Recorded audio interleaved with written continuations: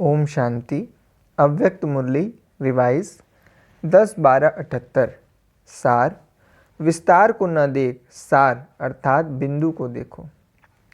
मधुबन निवासी अर्थात मधुरता के सागर में सदा लहराने वाले बाप दादा की विशेष कर्म भूमि, चरित्र भूमि, मधुर मिलन भूमि या महान पुण्य भूमि, ऐसी भूमि के सदा निवासी कितनी महान आत्माएं हैं। निराकार बाप को भी इस साकार भूमि से विशेष स्नेह है। ऐसे भूमि के निवासी स्वयं को भी सदा ऐसे अनुभव करते हैं। मधुबन अर्थात मधुर भूमि, वृत्ति की भी मधुरता, वाणी की भी मधुरता और हर कर्म में भी सदा मधुरता। जैसी भूमि वैसी ही भूमि में रहने वाली महान आत्माएं। मधुबन से जो आत्माएं अनुभव करके जाती हैं वह भी क्या कहती हैं? मधुबन है संगम युगी स्वर्ग अर्थात स्वर्ग भूमि में रहने वाले। अब भी स्वर्ग और भविष्य में भी स्वर्ग, तो डबल स्वर्ग के अधिकारी कितने विशेष हुए। बाप दादा आज खास मधुबन निवासियों से मिलने आए हैं। बाबा पूछते हैं स्वर्ग की विशेषता अथवा स्वर्ग का विशेष गायन क्या है। स्वर्ग का विशेष गायन है सदा संपन्न अर्थात अप्राप्त नहीं कोई वस्तु स्वर्ग के खजाने में, चाहे संगम युगी स्वर्ग या भविष्य का स्वर्ग, दोनों की यह एक ही विशेषता गाई हुई है। तो मधुबन निवासी अर्थात संगम युगी स्वर्ग निवासी ऐसी संपन्न स्थिति का अनुभव करते हो जिसमें महसूस हो कि हम सदा तृप्त आत्माएं हैं। जैसे इच्छा मात्रम अविद्या के संस्कार भविष्य स्वर्ग में नेचुरल होंगे, वैसे मधुबन निवासियों के यह नेचुरल संस्कार हैं। स्वर्गवासी अर्थात इन सब बातों में नेचुरल संस्कार स्वरूप हो। कोई भी पूछते हैं आप कहाँ के रहवासी हो, बड़ी फलक से खुशी से कहते हो ना, हम मधुबन निवासी हैं। मधुबन वासी की जैसे छाप लगी हुई है, साथ साथ जैसा स्थान वैसी स्थिति की छाप भी होगी ना। जैसे कोल्ड स्टोर में जाएंगे तो जैसा स्थान वैसी स्थिति ऑटोमेटिकली होगी ना। तो मधुबन की जो महिमा है, ऐसे संस्कार बने हैं क्योंकि साकार रूप में लक्ष्य स्वरूप सबके आगे मधुबन है। कापी सब मधुबन को करते हैं। किसी की भी स्थिति में हलचल होती है तो अचल घर मधुबन याद आता है कि मधुबन अचल घर में जाने से अचल हो जाएंगे। ऐसी भावना से, शुभ कामना से इस पुण्य भूमि पर सभी आते हैं। जब अनेक आत्माओं की हलचल का साधन, मिलने का स्थान अचल घर मधुबन है, तो मधुबन में रहने वाले भी सदा अचल होंगे ना। ऐसी स्टेज अनेक आत्माओं के लिए मार्गदर्शन करने वाली होगी, क्योंकि मधुबन है लाइट हाउस। सर्व सेवा केंद्रों को सहयोग देने वाले मधुबन निवासी हैं। सदा संकल्प, वाणी अथवा कर्म से एक दो के सहयोगी हैं तो साथियों के भी सहयोगी होंगे ना। सर्व बच्चों को 1 वर्ष मिला है रिजल्ट निकालने के लिए, तो 1 वर्ष में अब क्या परिवर्तन लाया है, जिसको दूसरे सुनने वाले स्वयं भी परिवर्तन हो जाए। जैसे कई बार देखा होगा कोई आत्माएं जब अपनी सच्ची दिल से, उमंग से, बाप के स्नेह से अनुभव सुनाती हैं तो अनुभव सुनते सुनते भी अनेक आत्माएं परिवर्तित हो जाती हैं। एक का परिवर्तन अनेक आत्माओं के परिवर्तन का साधन बन जाता है। तो ऐसा परिवर्तन हुआ है जो अनेकों को एक एग्जाम्पल रूप में हो। 1 वर्ष में ऐसे कोई वंडरफुल अनुभव हुआ है? किस किसने हाई जंप दिया, किसने लिफ्ट की गिफ्ट ली। जैसे आजकल टीवी में चारों ओर एक स्थान का चित्र स्पष्ट दिखाई देता है, तो मधुबन भी टीवी स्टेशन है। चारों ओर टीवी के सेट लगे हुए हैं। जैसे आजकल साइंस के साधनों द्वारा संकल्पों की गति या मनसा स्थिति को चेक कर सकते हैं, वैसे मधुबन निवासियों के संकल्पों की गति या मानसिक स्थिति चारों ओर फैलती है। इसलिए हर संकल्प पर भी अटेंशन हो, इसमें अलबेलापन न हो। मधुबन निवासी मधुबन में बैठे हुए भी किसी प्रकार के विशेष संकल्प द्वारा वाइब्रेशन फैलाने चाहें तो इस एक स्थान पर बैठे हुए भी चारों ओर फैला सकते हैं। जैसे स्थूल चीज की खुशबू चारों ओर ऑटोमेटिकली फैल जाती है, वैसे यह वाइब्रेशन संकल्प के द्वारा चारों ओर स्वतः फैल जाए। मधुबन निवासियों की विशेष सेवा है। जैसे मधुबन में विशेष भट्टी करते हो तो वाइब्रेशन चारों ओर पहुँचते हैं ना। चाहे पत्रों द्वारा समाचार न भी जाए, लेकिन सूक्ष्म वाइब्रेशन मधुबन के बहुत सहज चारों ओर फैल जाते हैं। कारोबार है कर्म द्वारा कर्मणा सेवा, लेकिन उसके साथ साथ मनसा सेवा की भी जिम्मेवारी है। बाप दादा तो वर्ष की रिजल्ट देखने आए हैं ना। जो सदा पास रहते हैं वह पास विद ऑनर कहाँ तक बने हैं। जो महान आत्माओं को के साथ रहते हैं, साकार में भी समीप हैं और स्थान भी महान है। ऐसी आत्माओं की प्रारब्ध क्या बनती है। शास्त्रों में भी मधुबन की महिमा विशेष गाई हुई है। तो मधुबन निवासी हर बात में विशेष आत्माएं हर समय कोई विशेषता दिखाने वाले हों। जो भी ग्रुप आवे वह यह अनुभव करे कि मधुबन निवासियों में यह विशेषता थी। मधुबन स्वर्ग में हर आत्मा सदा तृप्त आत्मा संपन्न मूर्ति थी। इसका आधार है कि सदा एक लक्ष्य हो कि हमें दाता का बच्चा बन सर्व आत्माओं को देना है, न कि लेना है। यह करे तो मैं करूं, नहीं। हर एक दातापन की भावना रखे तो सब देने वाले अर्थात संपन्न आत्माएं हो जाएंगे। संपन्न नहीं होंगे तो दे भी नहीं सकेंगे। तो जो संपन्न आत्मा होगी वह सदा तृप्त आत्मा जरूर होगी। मैं देने वाले दाता का बच्चा हूँ, देना ही लेना है। जितना देना उतना लेना है।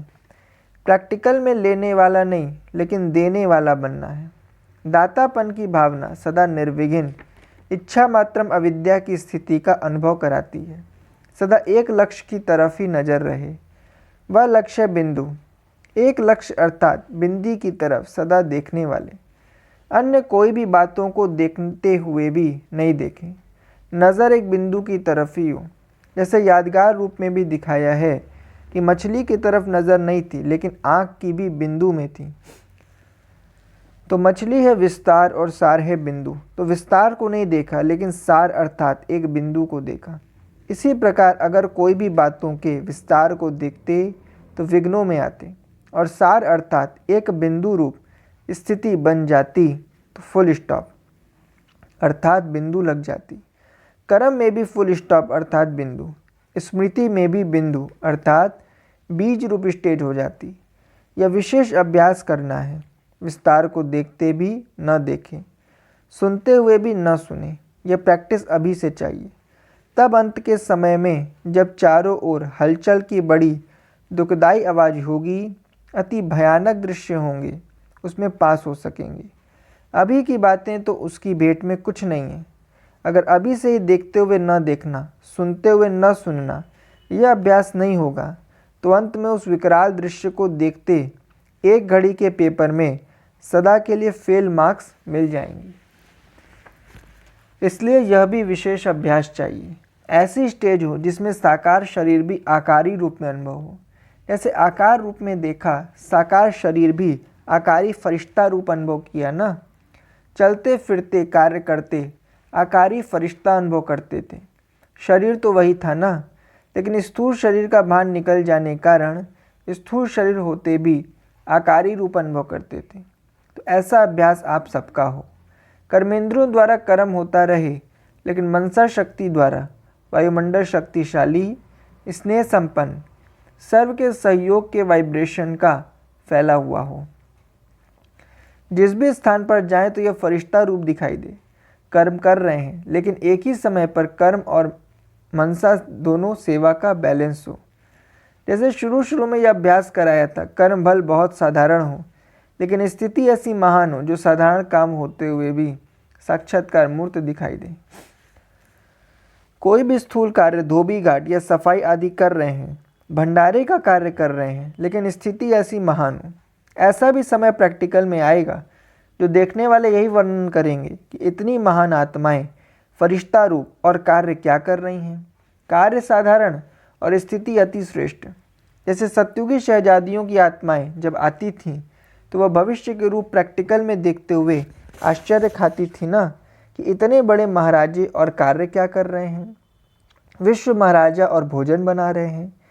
वैसे आने वाली आत्माएं यह वर्णन करेंगी कि हमारे इतने श्रेष्ठ पूज्य इष्ट देव और यह कार्य कर रहे हैं, चलते फिरते इष्ट देव या देवी का साक्षात्कार स्पष्ट दिखाई दे।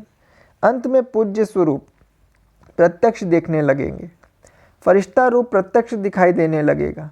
जैसे कल पहले का भी गायन है अर्जुन का, साधारण सखा रूप भी देखा, लेकिन वास्तविक रूप का साक्षात्कार करने के बाद वर्णन किया कि आप क्या हो, इतना श्रेष्ठ और वह साधारण सखा रूप। इसी रीति आपके भी साक्षात्कार होंगे चलते फिरते। दिव्य दृष्टि में जाकर देखें वह बात और है। जैसे शुरू में चलते फिरते देखते रहते थे, यह ध्यान में जाकर देखने की बात नहीं। जैसे एक साकार बाप का आदि में अनुभव किया, वैसे अंत में अभी सबका साक्षात्कार होगा। यह साधारण रूप गायब हो जाएगा, फरिश्ता रूप या पूज्य रूप देखेंगे।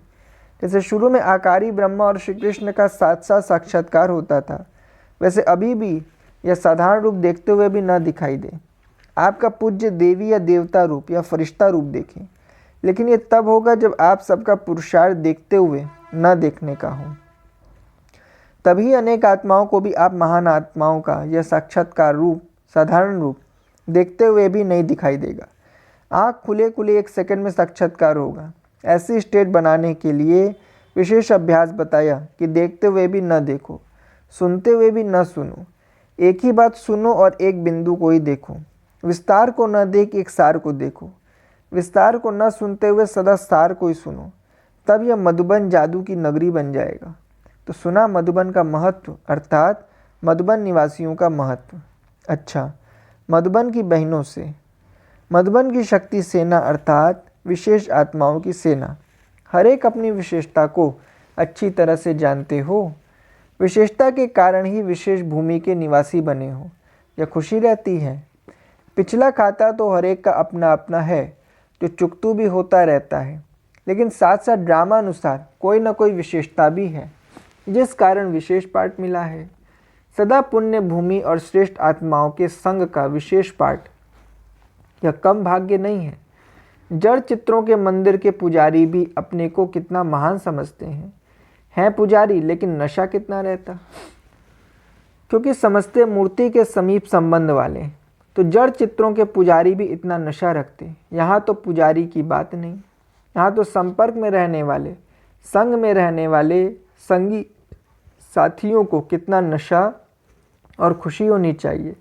ईश्वरीय परिवार में आई हुई आत्मा में कोई विशेषता न हो, यह हो नहीं सकता। तो अपनी विशेषता को जान उसको कर्म में लगाओ। जो भी गुण अथवा विशेषता हो, चाहे कर्मणा का गुण हो, चाहे मधुरता का गुण हो, स्नेह का हो, उसको कार्य में लगाओ। जैसे लोहा पारस से लग पारस बन जाता है, वैसे एक गुण या विशेषता सेवा में लगाने से सेवा का फल 1 का लाख गुना मिलने से वह एक विशेषता अनेक समय का फल देने के लायक बन जाती। जैसे एक बीज डालने से कितने फल निकलते, वैसे एक भी विशेषता कर्म में लगाना अर्थात धरनी में बीज डालना है। तो समझा कितने खुशनसीब हो। ब्राह्मण परिवार में जन्म हुआ तो जन्म के साथ कोई न कोई विशेषता की तकदीर साथ लेकर ही आए हैं। सिर्फ अंतर ही हो जाता कि उसको कार्य में कहाँ तक लगाते हैं। जन्म का भाग्य है, लेकिन भाग्य को कर्म या सेवा में लगाने से अनेक समय के भाग्य का फल निकालना, बीज बोने का यह तरीका आना चाहिए। फल तो अवश्य निकलेगा। बीज बोना अर्थात विशेषता रूपी बीज को सेवा में लगाना। यहाँ तक सब सदा भाग्य के तख्त नशीन है। जिस भाग्य के लिए कल पहले की यादगार में भी अब तक 1 सेकंड भी समीप रहना माना महान भाग्य समझते हैं, तो जो प्रैक्टिकल में है उन्हों की खुशी, उन्हों का भाग्य कितना श्रेष्ठ है। श्रेष्ठता को सामने रखने से व्यर्थ बातें समाप्त हो जाती हैं। अच्छा, वरदान। माया के विकराल रूप के खेल को साक्षी होकर देखने वाले माया जीत भव। स्पष्टीकरण। माया को वेलकम करने वाले उसके विकराल रूप को देखकर घबराते नहीं। साक्षी होकर खेल देखने से मज़ा आता है, क्योंकि माया का बाहर से शेर का रूप है, लेकिन उसमें ताकत बिल्ली जितनी भी नहीं है। सिर्फ आप घबराकर उसे बड़ा बना देते हो, क्या करूं, कैसे होगा। लेकिन यही पाठ याद रखो, जो हो रहा है वो अच्छा और जो होने वाला है वो और अच्छा। साक्षी होकर खेल देखो तो माया जीत बन जाएंगे। स्लोगन। जो सहनशील हैं वह किसी के भाव स्वभाव में जलते नहीं, व्यर्थ बातों को एक कान से सुन दूसरे से निकाल देते हैं। अच्छा, ओम शांति।